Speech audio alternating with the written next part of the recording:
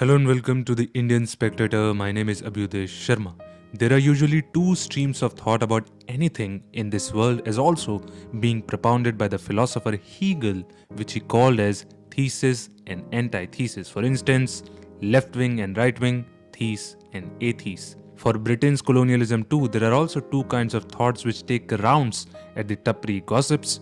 एक जो मानते हैं कि अंग्रेजी शासन was a blessing in disguise, for example it united India, and others who doesn't believe in that premise. Recently one army colonel too reiterated the same कि अंग्रेजी शासन did many good things in India जब army lounge से Pakistan 97 surrender की painting हटा दी थी. In this video we'll see whether the claim Britain colonialism was good for India is actually true, half true, or simply a fool's paradise. First, let's take an example of Japan, an Asian power who started early industrialization.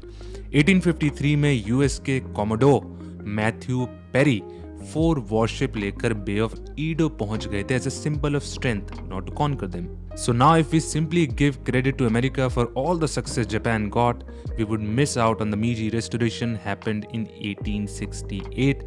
That is, Japan didn't stand still. और India के भी 3 stands होते British wouldn't have conquered. या तो वो Thailand की तरह कछुआ चाल चलता, या फिर अफगानिस्तान की तरह चेंज को रेजिस्ट करता, और या फिर जापान की तरह घोड़े जैसे भागता. When Britishers came to India, India was a flourishing economy, contributing a major share to the global economy. What changed the picture of the global economy and India's own economy was the industrialization. Now, as Marx pointed out in his paper in 1853 that India needs some self-scrutiny and introspection, we certainly needed some reforms in the institutions and the socio-cultural domain.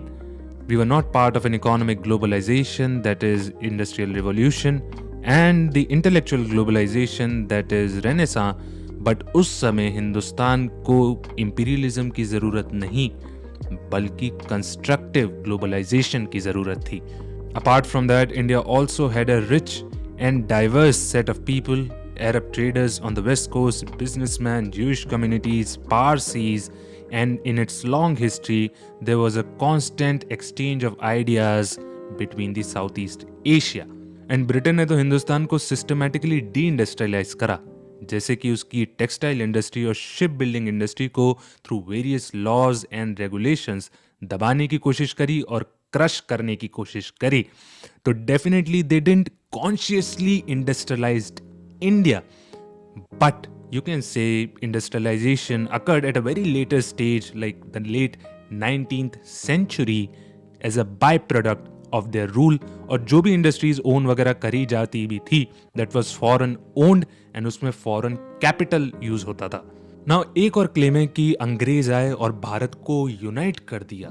No, they merely acted as successors. In its long history, India had kings like Ashok, Alauddin Khilji, and kings from the Gupta Empire who didn't settle until the whole or the major part of the territory of India was under their effective control. Now, at a later stage, when Britishers has already spent about 100-150 years, Mughal power was although in the ruin or declining, everyone swore a loose allegiance to them. For instance, the Nawab of Bengal, Sirajuddaulah, recognized the central authority.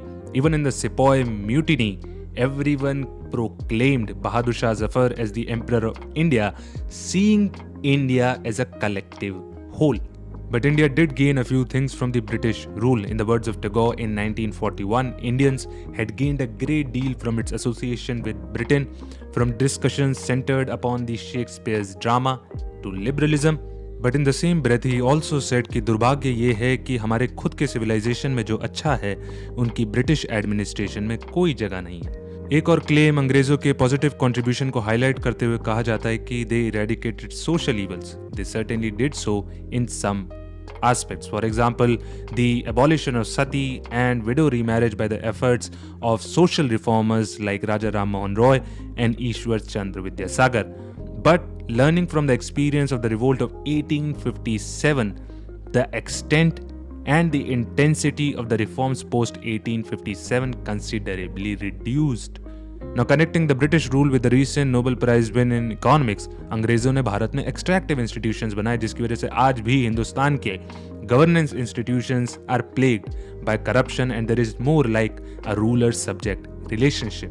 Where power and its display still haunts the common man, जैसे कि पहले तो लाल बत्ती थी, आज उसकी जगह पे गाड़ियों पे political parties का flag लगा देते हैं, which are subtle ways trying to induce fear and trying to subjugate the people of India psychologically, which can be attributed to the British rule. Regional disparities still exist. For instance, it's largely the port towns, cantonments, and the presidencies like Bombay, Calcutta, and Madras are more developed. Another argument is given that they gave railways to India. It's like saying Hitler's time was good because he gave a boost to the German economy. They made it for their own administrative convenience, strategic calculations, and to increase the rate of exploitation. Again, going back to that extractive institutions theory. If we talk about the economic impact, a lot of people like Dadabhai Nauroji and R.C. Dutt put up the drain theory where they highlighted that how India was drained of its wealth and soul. So the question what Britain gave to India should be rephrased to what India gave to Britain, meant to fight in its countless war adventures, raw materials in the initial stage of its industrialization and to build up its economy whose fruits they are having right now. At last, I wish I could put a judgment over it, but I'm reminded of the Jainas philosophy of Syatvad, that is all knowledge of ordinary humans like us is relative. For Ambedkar ji, it was the chance to bring about socio-economic changes of the Dalits, while for some others, it was the colonial subjugation which needed to be thrown off as soon as possible. But one thing is common in both of them, that is both of them were fighting some sort of the subjugation, which points to the basic desire of human beings to be free. One saw Britain as a solution while the other saw it as a problem. So the answer to was Britain's rule good for India lies in the grey zone. So that's it with this video. Take care of yourself, your family, keep smiling, have a good, loving and a peaceful day.